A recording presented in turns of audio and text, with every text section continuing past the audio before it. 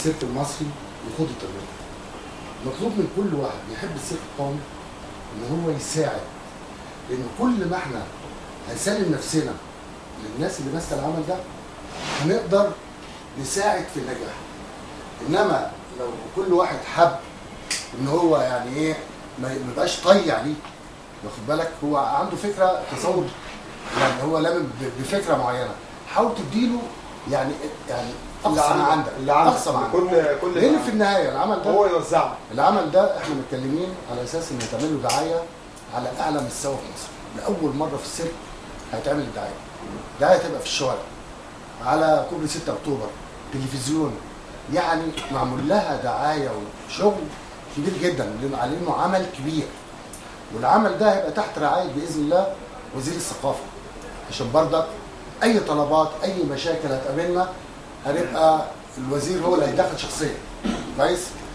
احنا كلنا مطلوب مننا ان احنا نتعاون كويس، ونحس ان احنا بنعمل حاجه للمكان. كويس؟ دي حاجه. نمره 2، احنا باذن الله من الافتتاح لغايه نعدي اول يوم ثاني يوم احنا هندعي يعني كبار، يعني وزير الثقافه لازم يجي يحضر الافتتاح، هيجي لنا قيادات من وزاره الثقافه كتيره جدا، هنبعت لكل السفارات عن طريق العلاقات السفاريه الخارجيه، كل السفارات الاجنبيه، اللي ده عمل مش بكلام، ده عمل فني باي لغه يتشاف.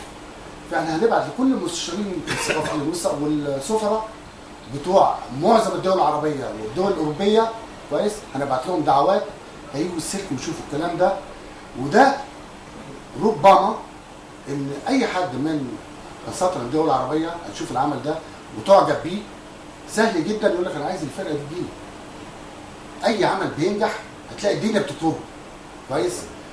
اي نعم انا عارف في تضحيه في الاول، يعني ممكن ما يكونش هتاخدوا الفلوس اللي هي المفروض تاخدوها، يعني مبلغ تستحقوا اكتر منه، ولكن احنا برضك بنسعى من خلال الميزانيه اللي موجوده ان احنا نصرف مكافآت للناس دي، وهنطلب من القيادات الاعلى باذن الله، لان مجهود انا عارف هيبقى مجهود كبير، فلازم الناس دي تتعوض على المجهود ده. كويس؟ ولكن يعني ربنا يعني ايه، لما الواحد بيخلص النيه ان شاء الله بتلاقي الامور بتتسهل معاه، وممكن تلاقي البرنامج ده نفسه بيسافر، بيروح هنا، بيجي هنا، بيطلب هنا، لان احنا هندعو مسؤولين كبار. والعمل القناه الثقافيه هتيجي برك هتشوفه وهيتصور وهيبتدي يتسوق، يعني عايز اقول لك ان شاء الله ممكن نتوقع ليه في المستقبل حاجه كويسه. فاللي انا ارجوه ان احنا كلنا نتعاون مع الناس اللي حابه يعملوا الكلام دوت، وهو بيعنون في النهايه، يعني مش موضوع انه دراما، لا، هو بيعنون مهاره اللعيبه، وبيضيف له كمان حاجه جديده، ان لاعب السيرك مش لاعب مهارات صعبه وخطره بس، لا، ده كمان بيرقص، ده كمان بيمثل، فنان ده كمان فنان شامل، يعني بيعزف موسيقى. فالحاجه دي في صالح كل واحد في السيرك.